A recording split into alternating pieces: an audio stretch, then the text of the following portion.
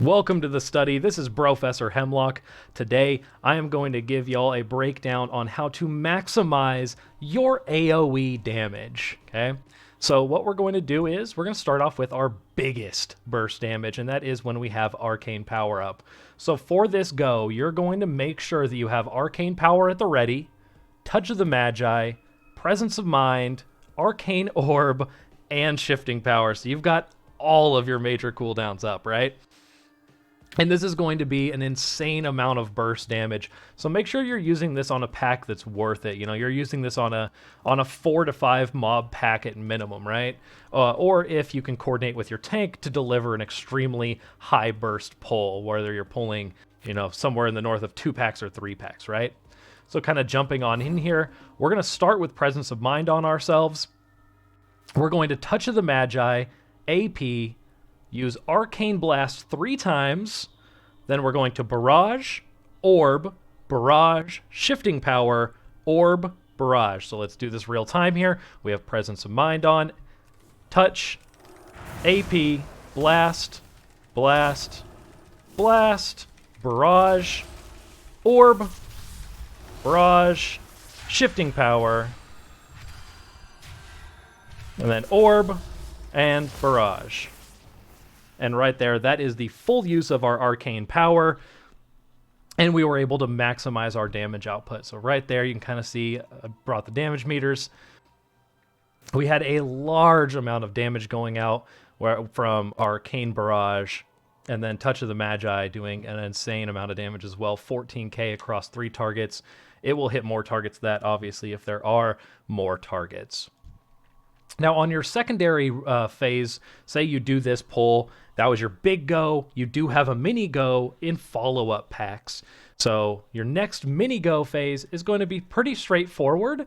It's Rune, Orb, Barrage, Explosion times 4, and then Barrage again. So what that'll look like, Rune, Orb, Barrage, Explosion 4 times,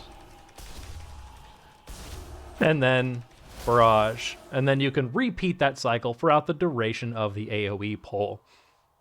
And those are really your 2 big AoE cooldowns. Now you can kind of note here, if those were a real time for the pack right there, our Orb would be up for the next pack, our Arcane Power would be up for the next pack, and you should be able to cycle those back to back. Arcane Power, huge pull, tons of cooldowns, big damage. Rune and Orb, mini phase. Now, of course, if this is in between a boss where you're coming off of Arcane Power, or you have some mistimed cooldowns, I want to note something very important. Do not desync your cooldowns. So important. You do not need to use like desyncing Presence of Mind, Touch of the Magi from Shifting Power. I think this is something that I see a lot in, like, I make this mistake even, and then other Arcane Mages I see play, is you'll desync the cooldowns, meaning you'll use Shifting Power on a non-big AP pull, or you'll use Touch of the Magi on a non-big AP pull, and then you won't have it up with AP, then you'll use AP, and then that mistake will kind of snowball into a desyncing of all of your cooldowns. You got to remember, we are a heavy cooldown-based spec, so most of our damage comes from those cooldowns, so you really need to be pairing all those cooldowns together. Now, there are situations where you may be using Touch of the Magi, Orb, and Rune together with, say, a secondary on-use trinket for an AoE pack. That's fine, just you must ensure that that Touch of the Magi will be back up for that Arcane Power, and then Shifting Power will be up for all that big cooldown, right?